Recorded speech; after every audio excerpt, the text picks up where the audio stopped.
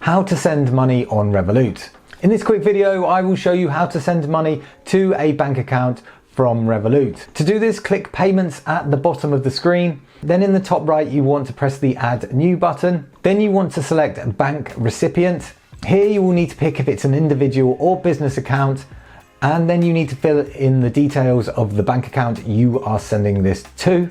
Once you have populated all the details, you then need to add this recipient, and now you can enter the amount you want to transfer and press continue. Once you are happy with this, you can then confirm the transaction and the money will be transferred. And that's how to send money to a bank account from Revolut. If you got any value from this video, then please smash the like button and don't forget to subscribe, as I upload new finance and crypto related content every week. And if you're just getting started with Revolut, you may be wondering how to buy crypto on Revolut.